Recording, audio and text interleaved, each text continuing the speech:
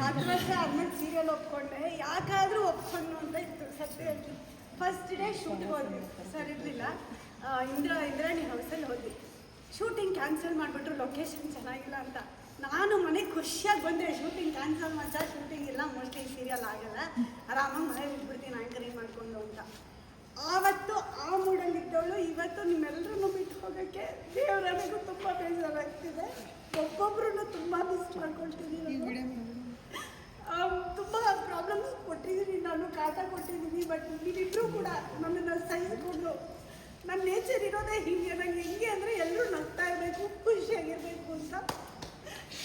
So ಹಾಗಾಗಿ ನಾನು ಆದಷ್ಟು ಎಲ್ಲರೂ ಖುಷಿಯಾಗಿರೋಕ್ಕೆ ನೋಡ್ತಿದ್ದೆ. ಬಟ್ ಅದನ್ನು ನೀವೆಲ್ಲರೂ ಸಹಿಸ್ಕೊಂಡು, ಚಾನಲ್ ಅವ್ರು ನೀವು ಅಷ್ಟೇ ಎಷ್ಟೋ ಸಲ ಜಿತೇಶ್ ಹೇಳ್ತಾ ಇದ್ರು ಹಿಂಗೆ ಮಾಡೋಣ ಹಂಗೆ ಮಾಡೋಣ ಅಂತ. ನಾನು ಅವ್ರ ಹತ್ರ 1.5 ಗಂಟೆ ಎಲ್ಲ ಹಿಂಗೆ ಕತೆ ಮಾಡೋಣ ಹಂಗೆ ಕತೆ ಮಾಡೋಣ ಅಂತ. ಅದು ಗೊತ್ತು ಅದು ಆಗಲ್ಲ ಅಂತ. ಬಟ್ ಸ್ಟಿಲ್ ನನಗೊಂದು ಸಮಾಧಾನ ಜಿತೇಶ್ ಹತ್ರ ಮಾತಾಡಿದ್ರೆ ಅಂದಾಗ. ಆ್ಯಂಡ್ ಇಂತಿಂಥ ದೊಡ್ಡ ಆರ್ಟಿಸ್ಟ್ಗಳ ಜೊತೆ ಕೆಲಸ ಮಾಡೋಂಥ ಒಂದು ಅವಕಾಶ ಸಿಕ್ಕಿದ್ದು. ಟೆಕ್ನಿಷಿಯನ್ಸ್ ನಿಮ್ಮನ್ನು ನಿಜವಾಗ್ಲೂ ತುಂಬ ಮಿಸ್ಬೇಕು. We love you so much always. Proud of you always. ನಿಜವಾಗ್ಲೂ ಪುಣ್ಯ. ತುಂಬ ಪ್ರಾಬ್ಲಮ್ಸ್ ಆಗಿದೆ, ಕತೆ ಲೇಟಾಗಿ ಬಂದ್ಬಿಡ್ತು, ಅವಾಗ ಡೇಟ್ಸ್ ಇರಲಿಲ್ಲ.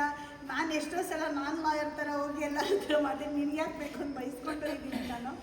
ಬಟ್ ನನ್ನ ಪ್ರಾಜೆಕ್ಟು ಅನ್ನೋ ಪ್ರೀತಿ ಇತ್ತು ನನಗೆ. ಅದು ನಾನು ಎಲ್ಲ ಪ್ರಾಜೆಕ್ಟಲ್ಲೂ ಅಷ್ಟೇ 100% 200% ಕೊಡ್ತೀನಿ. ಬಟ್ ಈಗಿನ ಕಾಲದಲ್ಲಿ ಇಷ್ಟು ಒಳ್ಳೆ ಮನಸ್ಸುಗಳನ್ನ ಒಟ್ಟಿಗೆ ನೋಡೋದು ತುಂಬ ಅಪರೂಪ. ಯಾರಲ್ಲೂ ಕೂಡ ಜಗಳ ಆಡ್ಬೋದು, ಏನೋ ಮಾತಾಡ್ಬೋದು. ನಾನು ಪದಮ್ಮ ಕೂಡ ಜಗಳ ಆಡಿದ್ದೀನಿ, ಮಾತು ಬಿಟ್ಟಿದ್ದೀನಿ.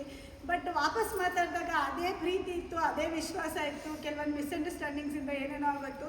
ಸೊ ಕಲ್ಮಶ ಇಲ್ಲದಿರೋ ಹೃದಯಗಳಿದು. ಮನೆಯಲ್ಲೂ ಅಷ್ಟೇ ಜಗಳ ಆಡ್ತೀವಿ, ಮತ್ತೆ ಮಾತಾಡ್ತೀವಿ. ಇಂಥ ಹೃದಯಗಳಿಗೆ ಥ್ಯಾಂಕ್ ಯು ಸೋ ಮಚ್. ನಿಮ್ಮೆಲ್ಲರ ಈ 4 ವರ್ಷದ ಪ್ರೀತಿಗೆ, ಸಪೋರ್ಟ್ಗೆ ನಾನು ತುಂಬ ಮಾತಾಡ್ತೀನಿ. ನನ್ನ ಮಾತಿಂದ ಯಾರಿಗಾದ್ರೂ ಬೇಜಾರಾಗಿದೆ, ನಾನು ಕಾಲು ಎಳಿತೀನಿ, ಎಳ್ಸ್ಕೊತೀನಿ ಕೂಡ. ಬಟ್ ಸ್ಟಿಲ್ ನನ್ನಿಂದ ಯಾರಿಗಾದ್ರೂ ಬೇಜಾರಾಗಿದೆ, ಐ ಆಮ್ ಸಾರಿ.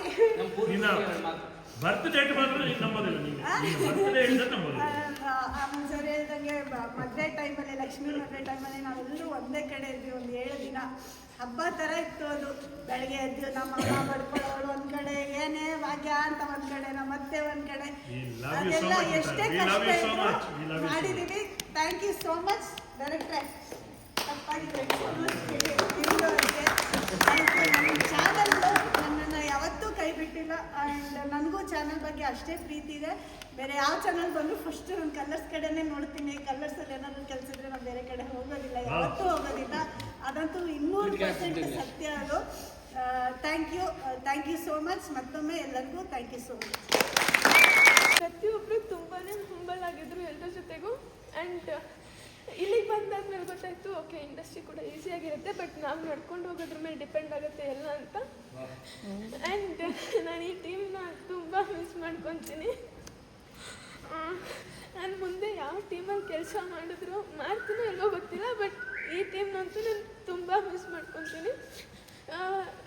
ಸ್ವಲ್ಪ ದಿವಸದ ಮುಂಚೆ ಎಕ್ಸಾಮ್ ಟೈಮಲ್ಲೆಲ್ಲ ಯಾಕಾದರೂ ಶೂಟಿಂಗ್ ಇರುತ್ತೋ ಅನಿಸಿತ್ತು. ಬಟ್ ಬರ್ತಾ ಬರ್ತಾ ತುಂಬಾ ಅಟ್ಯಾಚ್ ಆಗೋದೆ ಟೀಮ್, ಎಲ್ಲರ ಜೊತೆನೂ ಅಟ್ಯಾಚ್ ಆಗೋದೆ. ಟೆಕ್ನಿಷಿಯನ್ ಅಣ್ಣಂದರು, ಕ್ಯಾಮ್ರಾ ಸರು, ಡೈರೆಕ್ಟರ್ ಸರ್, ಎಲ್ಲರ ಜೊತೆನೂ ತುಂಬ ಅಟ್ಯಾಚ್ ಆಗೋದೆ. ನನಗೆ ಏನಂತ ಗೊತ್ತಿಲ್ಲ, ನಾನು ಎಲ್ಲೋದ್ರೂ ಅಟ್ಯಾಚ್ ಆಗ್ತೀನಿ ತುಂಬ. ಬಟ್ ತುಂಬ ಅಟ್ಯಾಚ್ ಆಗ್ಬೋದಿತ್ತು ಅನಿಸುತ್ತೆ, ಇವಾಗ ಬಿಟ್ಟು ಕಷ್ಟ ಆಗ್ತದೆ. Thank you so much. ಎಲ್ಲರೂ ಒಂದೊಂದಿನ ಕಲಿಸ್ಕೊಟ್ಟಿದ್ದೀರಾ. ಮುಂದೆನೂ ನಿಮ್ಮ ಜೊತೆ ಕೆಲಸ ಮಾಡಬೇಕು ಅಂತ ಇಷ್ಟಪಡ್ತೀನಿ. ಆ್ಯಂಡ್ ಒಂದೇ ಒಂದು ರಿಕ್ವೆಸ್ಟು, ಆವಾಗಲೇ ತೊಗೊಂಡಿದ್ದ ಫೋಟೋ ನಾನು ಮಿಸ್ ಒಂದ್ಸಲ ಕೋಆಪ್ರೇಟ್ ಮಾಡಿ, ಒಂದೊಂದ್ಸಲ ಫೋಟೋ ಕೊಟ್ಬಿಡಿ.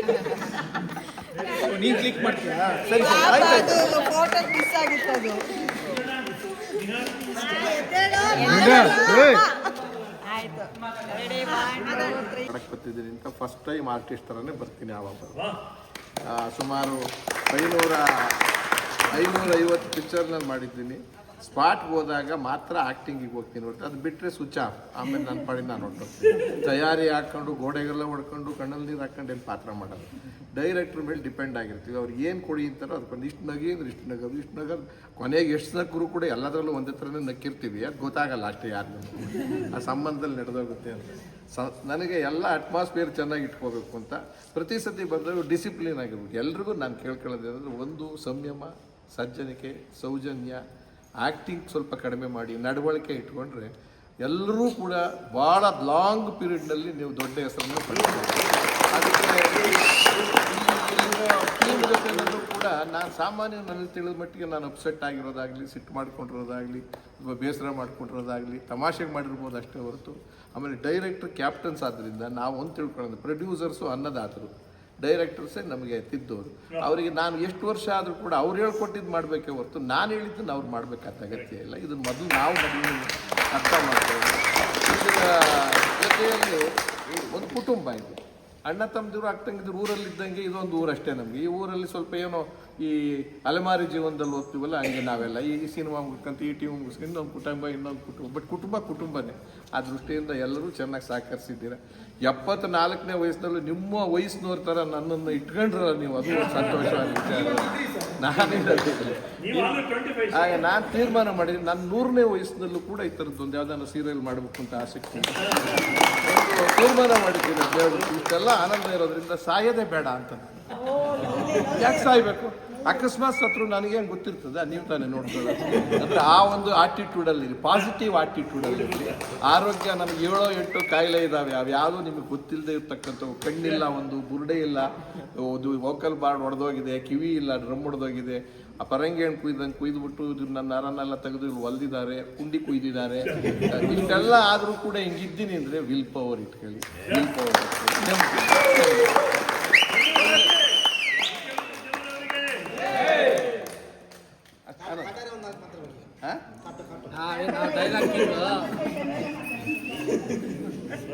ಕ್ಲೋಷರ್ ಸಿಗಬೇಕಿತ್ತು.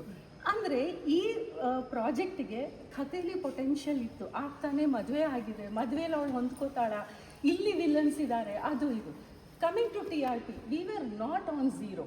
ನಮ್ಗಿಂತ ಕಡಿಮೆ ಇರೋ TRP ಸೀರಿಯಲ್ಸು ಇತ್ತು ಚಾನಲಲ್ಲಿ. ಥರ್ಡ್ ಒಂದು ಅದೇನೋ ನನಗೆ ಇದು ಸರಿ ಗೊತ್ತಿಲ್ಲ, but I have heard that Jio ಸ್ಟಾರಲ್ಲಿ ಜನ ತುಂಬ ನೋಡ್ತಾರೆ, ನಾವಲ್ಲಿ ತುಂಬ ಹೆಸರು ಮಾಡಿದ್ದೀವಿ ಅಂತ. ಪ್ಲಸ್ ನಾವು ಹೊರಗಡೆ ಹೋದಾಗೆಲ್ಲೂ ಏನು ಭಾಗ್ಯಾಗೆ ಅವಳಿಗೆ ಮದುವೆ ಆಗುತ್ತಾ. ಇಲ್ಲಿ ನಾವು ಹಂಪ್ಸ್ ಇತ್ತು, ಲೈಕ್ ಈಗ ಸಡನ್ನಾಗಿ ತಾಂಡವ್ ಬಿಟ್ಬಿಟ್ರು ಆ್ಯಂಡ್ ಏನೋ ಟೈಮಿಂಗ್ಸ್ ಪ್ರಾಬ್ಲಮ್ ಇದೆಲ್ಲ ಇತ್ತು. ಬಟ್ ನನಗೆ ಪರ್ಸ್ನಲ್ ಆಗಿ ಅನಿಸಿದ್ದು, Bhagyalakshmi had potential to go for another 300-400 episodes. ಇದು ಸಡನ್ನಾಗಿ ಅನ್ಸೆರೆಮೋನಿಯಸ್ ಆಗಿ ಟಪಾರ್ ಅಂತ ನಿಲ್ಲಿಸ್ಬಿಟ್ಟಿದ್ದು, ನನಗದು ಬೇಜಾರಿದೆ. ನನಗದ್ರದ್ದು ಯಾಕೆ ಬೇಜಾರಿದೆ ಅಂದರೆ, ನನಗೆ ಅದ್ರದ್ದು ಕಾರಣ ಸಿಗ್ತಾ ಇಲ್ಲ.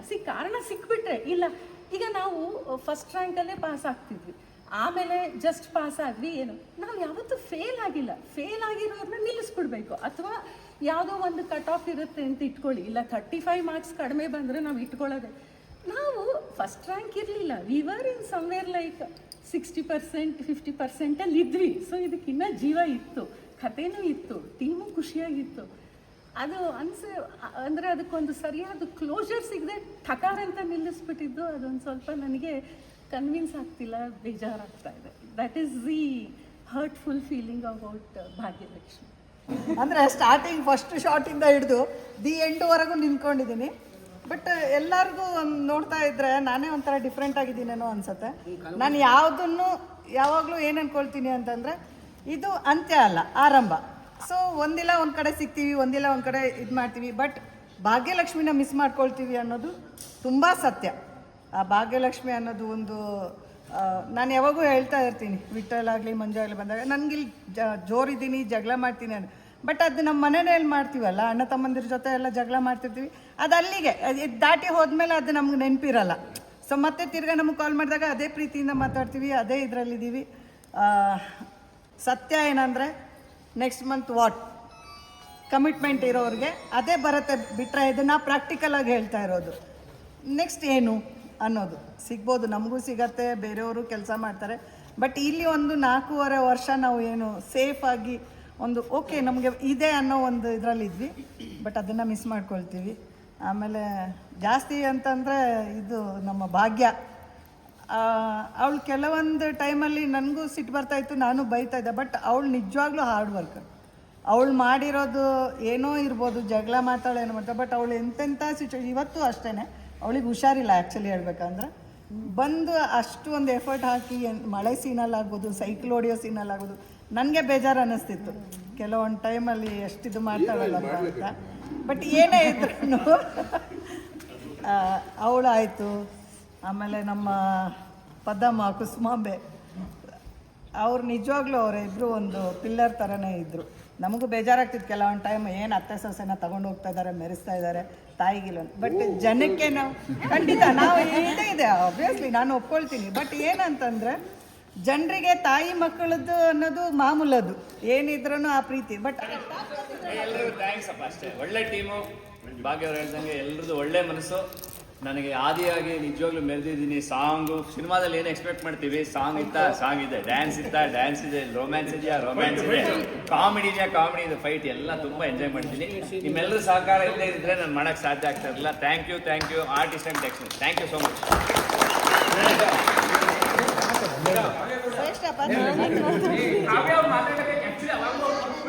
ಅಂದರೆ ಇಲ್ಲಿ ಸೈಕಲ್ ಹೊಡಿದ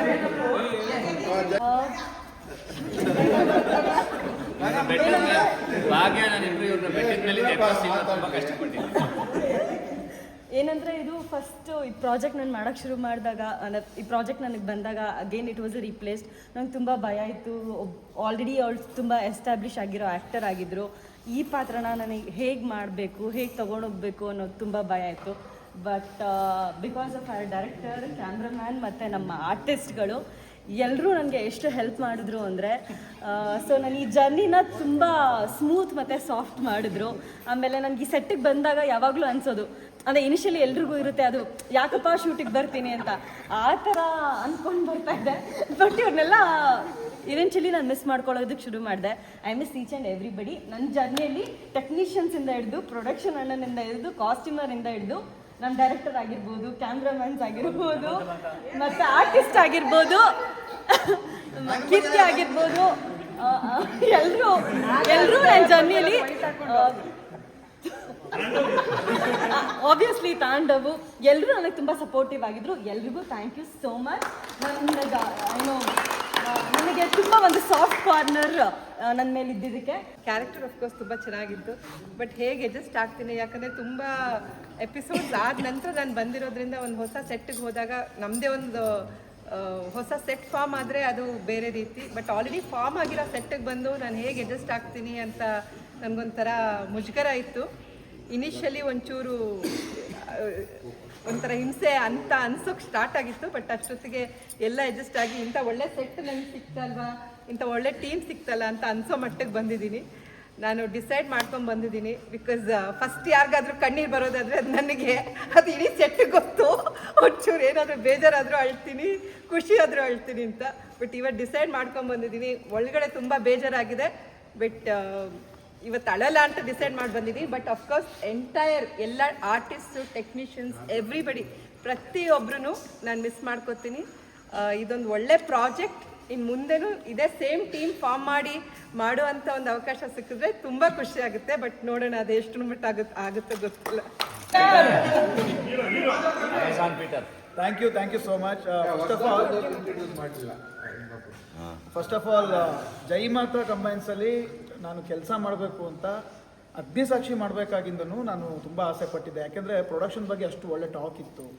ಆಮೇಲೆ ಈ ಸೆಟ್ಟಿಗೆ ನನಗೆ ಆಫರ್ ಬಂದಾಗ 6 ತಿಂಗಳು ಕಾಯಿಸಿದ್ರು ವಿಠಲ್ ಅವರು. ಸೊ ಅಂದರೆ ನಾನು ಇದೀನಿ ಅನ್ನೋ ಖುಷಿನೂ ಇತ್ತು, ಇನ್ನೂ ಬಂದಿಲ್ವಲ್ಲ ಅನ್ನೋ ದುಃಖನೂ ಇತ್ತು.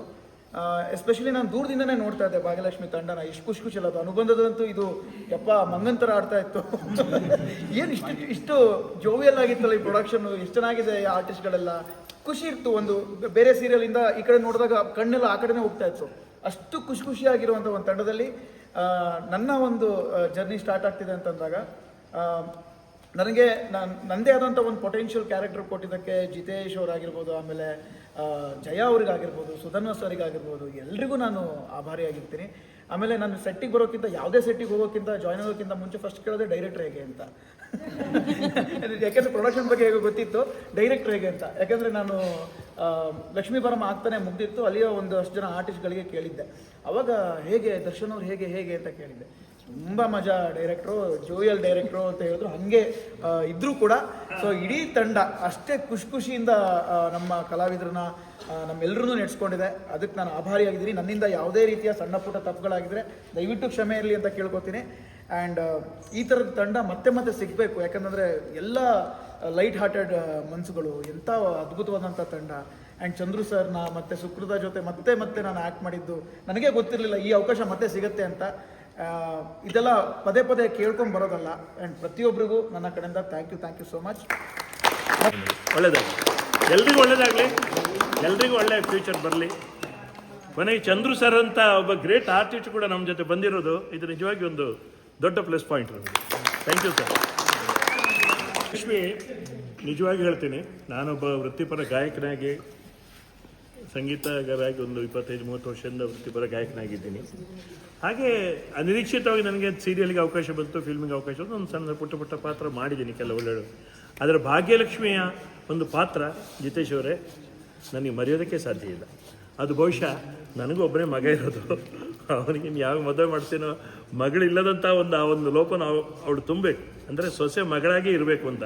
ಅದು ಕುಸುಮನ ಕ್ಯಾರೆಕ್ಟರ್ ಬರುತ್ತೆ, ಧರ್ಮರಾಜ ಕ್ಯಾರೆಕ್ಟರ್ ಬರುತ್ತೆ. ಹಾಗೆ ಜಾಕಿ ಫಸ್ಟೇ ಹೇಳಿದ್ದೆ ನನಗೆ ಸೇರಿಸುವಾಗಲೇ, ನಿಮಗೆ ಸೂಟ್ ಆಗುತ್ತೆ ಸರಿ ಮಾಡಿ ಅಂತ. ನಾನೇನು ದೊಡ್ಡ ನಟನಲ್ಲಿ ಏನೂ ಅಲ್ಲ, ಆದರೆ ನನಗೆ ಈ ಪಾತ್ರ ಕೊಟ್ಟಂಥ ಒಂದು ಖುಷಿ, ತೃಪ್ತಿ ಅದು ಯಾವತ್ತೂ ಮರೆಯೋಕ್ಕೆ ಸಾಧ್ಯ ಇಲ್ಲ. I will definitely cherish the sweet memories of Bhagyalakshmi for A very long time. ತುಂಬ ಸಮಯದೊಳಗೆ ಇದರ ಸವಿ ನೆನಪು ಇರ್ತದೆ ನನಗೆ. ಎಲ್ಲ ನಮ್ಮದು ಒಂದು ಸಂಸಾರದ ಹಾಗೆ.